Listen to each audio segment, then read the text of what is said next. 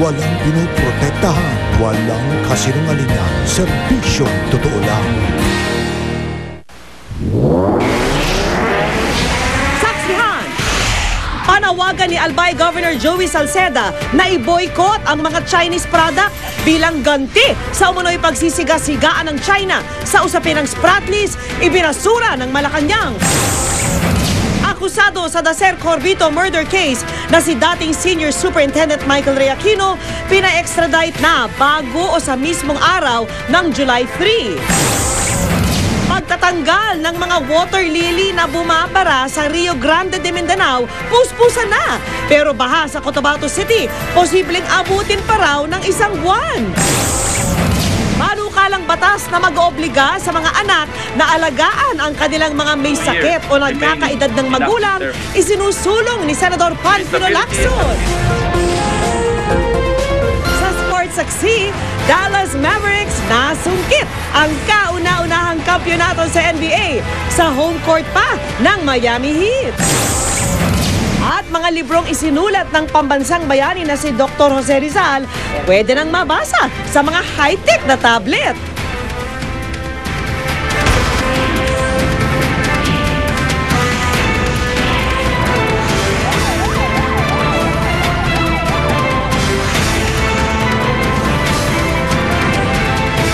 Saksi!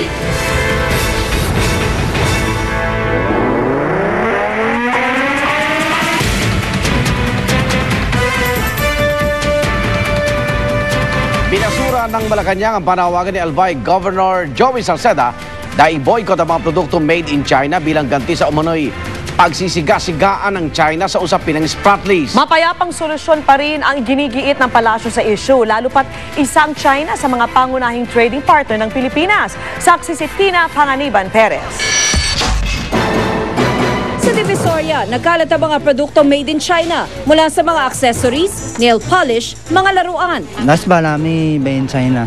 Pati mga gadget, iba't ibang gamit sa bahay at kahit shades. Ma'am, saan po gawa yung mga shades na binibenta niyo? Made in China.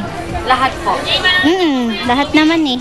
Pero si Albay Governor Joey Salceda, ito ang ipinanawagan sa pagdiriwang ng Independence Day sa Legazpi City kahapon. Let us boycott made in China products and buy Filipino. Why feed the beast? Why feed a beast that upsets the nest our heroes built for our children? Hindi raw dapat palampasin ng Pilipinas ang pagsisiga-sigaan umano ng China sa pinagtatalunang Spratly Islands. Pero dahil di raw natin kayang daanin ang usapin sa armas, ang rekomendasyon ni Salceda, sakta ng bulsa ng China. Ang tunay na nakakaabwisit sa akin, pinapanood ko, tinitingnan ko yung mga headlines sa ibang bansa. China is called Philippines. Ano tayo, bata? Kailangan marinig ng China ang boses ng ordinaryong Pilipino na nagkakaisa tayo at ang pinaka-epektibong paraan ay ang hindi pagbili ng kanilang mga produkto. Base sa ulat ng National Statistics Office, noong 2009, ikatlo ang China sa mga pangunahing trading partner ng Pilipinas. At sa unang bahagi ng nakaraang taon, umabot sa $4 billion ang halaga ng kabuang pakikipagkalakalan natin sa China. Pero tansya ni Salceda na isa ring financial analyst, dahil umano sa maraming produktong made in China na ini-smuggle sa Pilipinas, posibleng umabot sa $12 billion ang kinikita ng China sa Pilipinas. Pero ayon sa palasyo, opinyon lang daw ito ng gobernador. Ako si Tina Panganiban Perez, ang inyong saksi. At sa gitna ng umano'y pinaigting na pag-aangkin ng China sa Spratlys, gumagawa na rin ng aksyon ng iba pang umaangking bansa. Ang Vietnam nagpakitang gilas sa kanilang live fire drill, habang Pilipinas pinangalan ng West Philippine Sea ang South China Sea. Saksi si Sandra Ginaldo. 4 na oras nagtagal ang unang bugso ng live gunfire drill ng bansang Vietnam sa South China Sea ngayong araw. Isang hakbang na nakikita ng ilan na posibleng makadagdag sa tensyon sa pagitan ng China at ng mga bansang nag-aagawan sa Spratly Group of Islands. Paglilinaw ng Vietnam, taunang training ito na ginawa sa loob daw ng kanilang 200 nautical mile economic zone. Noong nakaraang buwan, inakusahan ng Vietnam ang China ng pagputol sa exploration cable ng isang oil survey ship. At itong Webes, minasama ng Vietnam ang di umanay pananadya ng Chinang isadsad ang isang fishing boat sa kable ng isang oil survey ship nila. Ang Pilipinas naman, nagsampa na ng diplomatic protest laban sa China matapos ang umano'y harassment ng Chinese patrol boats sa isang oil exploration vessel ng Pilipinas. Buwelta ng China, dapat itigil na ng Pilipinas ang exploration. Kasunod dito, ang utos ng gobyerno ng Pilipinas na tawaging West Philippine Sea ang South China Sea. Ang Reed Bank naman na pinag-aagawa din ng Pilipinas at China, posibleng palitan na rin ang pangalan. Calling the Reed Bank as Recto Bank is just but proper for us. We've always considered again that the Reed Bank is part of our national territory. Wala pang tugon sa ngayon na embahada ng China rito. Sa ilalim ng UN Convention on the Law of the Sea o UNCLOS, itinalaga na ang bawat bansa ay may 12 nautical miles na territorial waters at 200 nautical miles na exclusive economic zone. Ayon sa isang eksperto, sa yaman at kapangyarihan ng China, hindi nakapagtatakang nagsisiga-sigaan ito. Bukod sa mayaman sa langis, mayaman din sa isda ang dagat sa kanlurang bahagi ng Pilipinas. Kaya raw ganun na lang ang interes ng mga Chino rito. Busy rin daw kasi sa ibang giyera ang Amerika na matagal ng kaalyado ng Pilipinas. Idagdag pa ang humihinang ekonomiya ng Amerika. Nasa Afghanistan siya. Hindi pa siya nakakaalis sa Iraq din, no? Nasa Yemen siya. Tapos nakasawsaw pa siya sa Libya. Pilipinas, China, Malaysia, Brunei, Vietnam, Taiwan. Pare-parehong inaangkin ang bahagi o di kaya kabuuan ng Spratlys. Ayon kay Professor Clarita Carlos, makabubuti sa lahat ng bansa na malutas sa mapayapang paraan ng issue. Kaya naman si Senate President Juan Ponce Enrile gustong ipaubaya na lang ang usapin sa International Court of Justice. Si dating Pangulong Ramos naman, naniniwalang dapat idulog ng Pilipinas ang issue sa ASEAN at maging sa United Nations. Sandra Aguinaldo ang inyong saksi. Samantala, pinapa-extradite na ang isa sa mga akusado sa Dacer Corbito murder case na si dating Senior Superintendent Michael Ray Aquino bago o sa mismong araw ng July 3. At sa oras na makauwi ng Pilipinas si Aquino, sisimulan na ng Department of Justice ang reinvestigation sa kaso. Saksi si Jam Sisante. Matapos ang halos 10 taong pamamalagi sa Amerika, may extradite na sa Pilipinas si dating Police Senior Superintendent Michael Ray Aquino. Nagpadala na ng sulat ang US Department of Justice na nagsasabing dapat nang alisin si Aquino sa Amerika bago mag-July 3 o sa mismong araw na iyon. Alinsunod na rin sa desisyon ng US Court of Appeals na kumakatig sa pagbasura ng New Jersey District Court sa petisyon ni Aquino na huwag siyang pauwiin sa Pilipinas. The US Department of State has already signed the surrender warrant for the return to the Philippines of Michael Ray Aquino pursuant to the US and Philippine extradition treaty. Inutusan na raw ni DOJ Secretary Laila De Lima ang NBI na maghandang magpadala ng hindi bababa sa 2 NBI agents na susundo kay Michael Ray Aquino mula sa Estados Unidos. Isa si Aquino sa mga akusado sa pagpaslang sa publicist na si Salvador Bobby Dacer at sa driver niyang si Emmanuel Corbito noong November 2000. Si Aquino ang pinununoon ng Operations Division ng Presidential Anti-Organized Crime Task Force o PAOK-TF na pinamumunuan noon ni ngayon Senador Panfilo Lacson. Sa 2009 affidavit ng dating Police Senior Superintendent Cesar Mancao II, sinabi niyang narinig daw niya ng utusan umano ni Lacson si Aquino na dispatchahin si Reynaldo Beroya, na kilalang kaaway ni Lacson habang sakay sila ng kotse papuntang Green Hills. Pero sagot daw noon ni Aquino kay Lacson, uunahin daw niya si Delta na kinaiinisan na raw ng isang bigote. Nakasaad sa affidavit ni Mancao na ang Deltang tinutukoy raw ni Aquino ay si Dacer at ang bigote si dating Pangulong Joseph Estrada, bagay na paulit-ulit na itinanggi ng dating Pangulo. Nababanggit din si Aquino sa affidavit ni dating Police Superintendent Glenn Dumlao.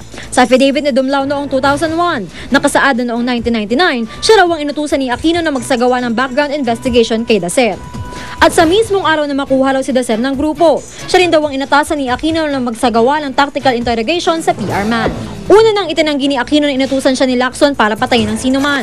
Ayon sa kampo ni Mancao, ang extradition ni Aquino ay hakbang daw sa ganap na pagkalutas ng kontrobersyal na murder case. Umaasa raw silang pawang katotohanan lang ang isisiwalat ni Aquino, pati na sa pagtuturo ng utak ng krimen. Sana rin daw ay hindi magpa-pressure si Aquino para i-mislead umano ang investigasyon. Sa isa namang text message, sinabi ni Lacson na umaasa siyang magbibigyan ng patas na pagtrato at paglilitis si Aquino at matiyak ang seguridad ng dating tauhan pagdating sa bansa. Sa pagbabalik ni Aquino sa bansa, muling bubuksan ng DOJ ang investigasyon sa Dacer Corbito murder case. Pero titignan pa rin ng pamilya Dacer kung may bagong impormasyong sasabihin si Aquino. It's possible that his coming might be a breakthrough insofar as new evidence is concerned. And in that case, if it is so, then reinvestigation is proper and we can be amenable to joining the reinvestigation. Jam Cesante ang inyong saksi. Sa ibang balita, posibleng abutin pa na hanggang 1 buwan bago tuluyang humupa ang baha sa Cotabato City. Puspusan ang pag-aalis sa mga bumarang water lily sa Rio Grande de Mindanao na nagpapalala pa sa pagbaha. Saksi si Steve Dailisan. Inabot na ng dilim pero todo kahit pa rin ang dalawang water master na ito sa pag-aalis ng mga nakabarang water lily sa Rio Grande de Mindanao. Pati mga militar, tinutulungan na mga volunteer mula sa iba't ibang barangay sa Cotabato City.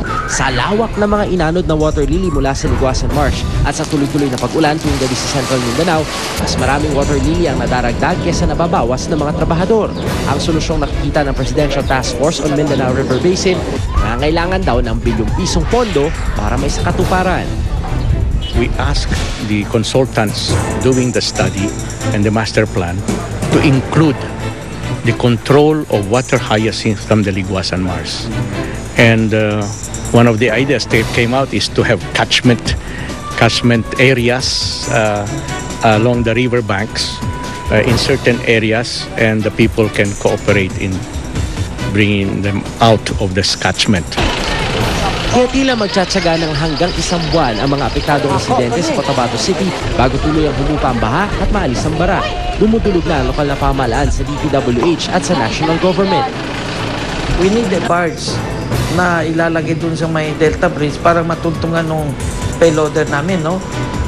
Kasi hindi nga makapag-operate yung mga payloader namin dahil nga yung hindi sila umabot dun sa yung mga water lilies.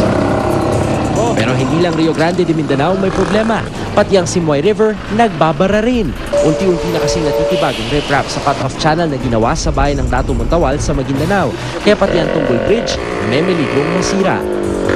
Pag naputol yan, talagang lilibot sa may Sharipagwak ang daan. Kundi kailangan ng ferryboat yan. Kaya ngayon pa lang, ramdam na ang pagbaha sa Karatig Bayan. Ito yung kalsada papasok sa Barangay Codal dito sa bayan ng Pagalungan sa Maguindanao. Dahil nga binaha na yung kanilang mga kabukiran na puno na ng tubig, yung kanilang mga alagang hayop gaya ng mga baka, dito na ipinwesto sa kalsada. Dito na pinapakain ng mga damo. At yung mga residente dahil binaha na rin yung kanilang bahay, yung kanilang mga kagamitan ipinwesto na rin dito sa gilid ng kalsada para hindi mabasa. Ang mga estudyante ng Dataya Elementary School dito na sa lilim ng puno at gilid ng kalsada ng klase. Dahil walang mesa, ang ilang libro sinilid sa plastic at sa sanga na isinabit. Sa mahigit 300 ang nagpa-enroll, wala pang 100 ang pumasok dahil baha pa rin sa kanilang mga tahanan. Mula rito sa Cotabato City, ako si Steve Dailisan ang inyong saksi.